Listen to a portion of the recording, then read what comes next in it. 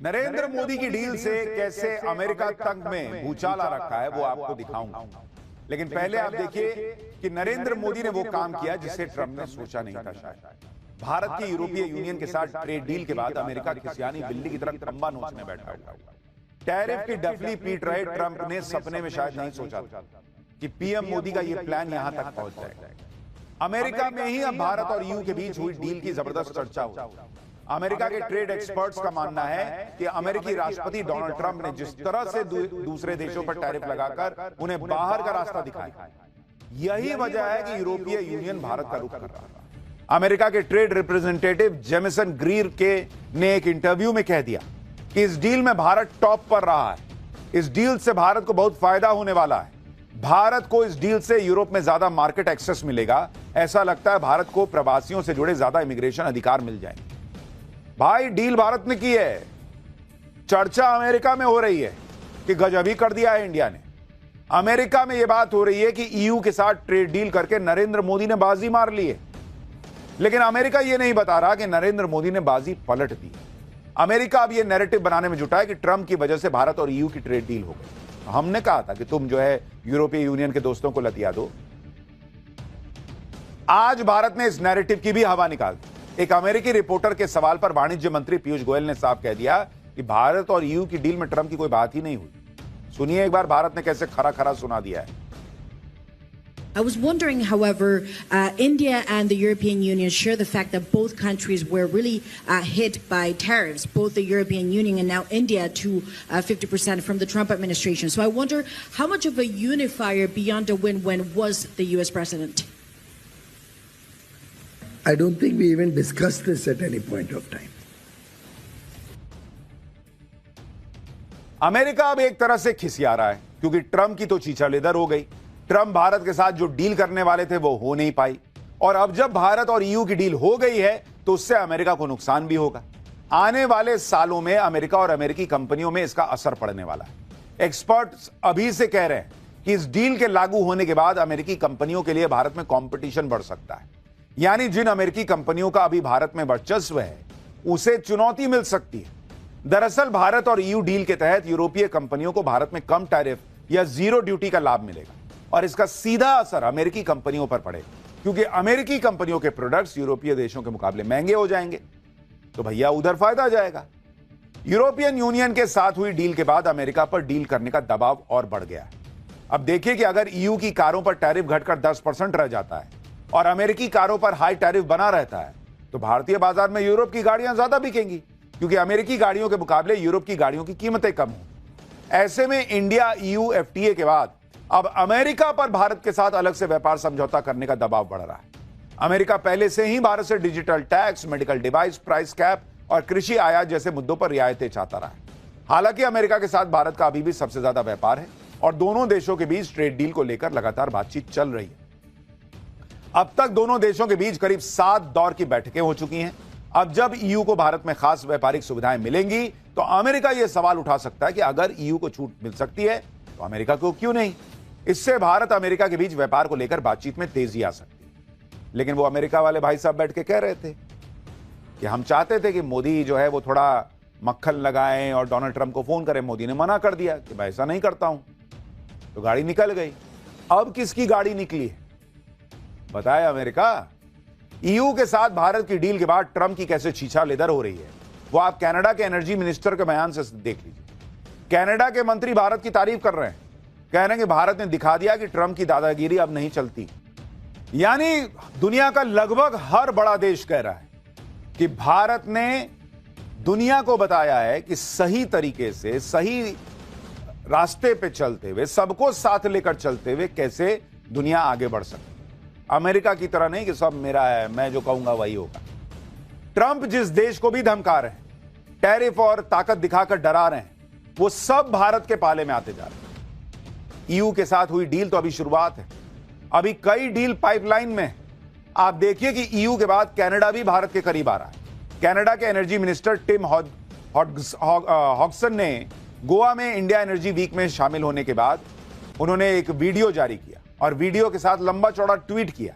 उन्होंने ऐलान किया कि भारत ही कनाडा के लिए आखिरी ऑप्शन है।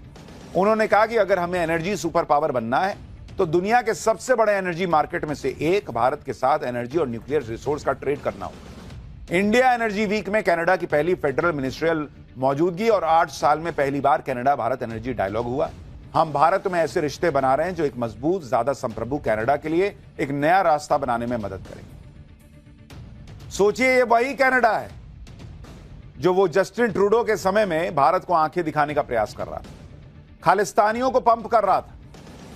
आज की डेट में वो खालिस्तानी भी सन्नाटे में है और कनाडा भारत से सटना चाहता है। पीएम मोदी इस वक्त कोई मौका नहीं छोड़ना चाहते। कनाडा से सिर्फ बात ही नहीं हो रही, जल्दी ही डील भी हो सकती है।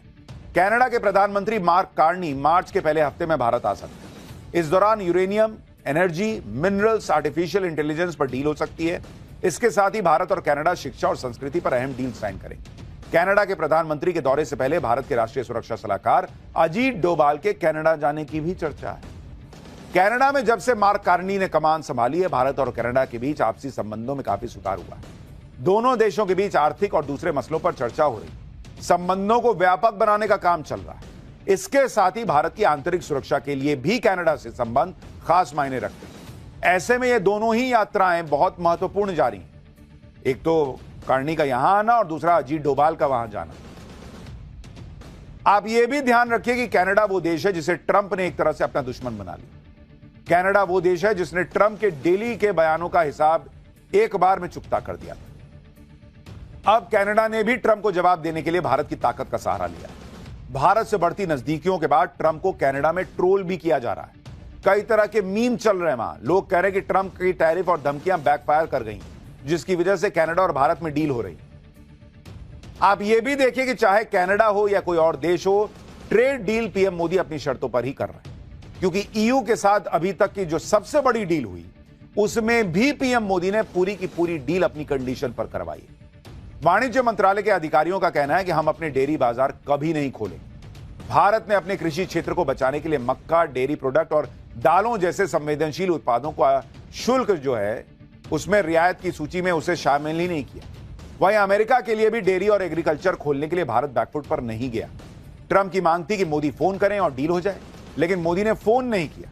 ईयू डील में कार इंडस्ट्री को लेकर भी ईयू के सामने नरेंद्र मोदी ने अपने टर्म्स पर डील की। यानी भारत अपनी शर्तों पर दुनिया के साथ आगे बढ़ रहा है। दुनिया की बड़ी बड़ी एजेंसियां भी यही कह रही हैं कि भारत ईयू की ट्रेड डील गेम चेंजर है। रेटिंग एजेंसी मूडीज ने कह दिया है कि भारत ईयू ट्रेड डील से भारत की मैन्युफैक्चरिंग ताकत बढ़ने जा रही है। इससे भारत को नया मार्केट एक्सेस मिलेगा, विदेशी निवेश बढ़ेगा। भारत ईयू ट्रेड डील को मूडीज ने बेहद पॉजिटिव माना है।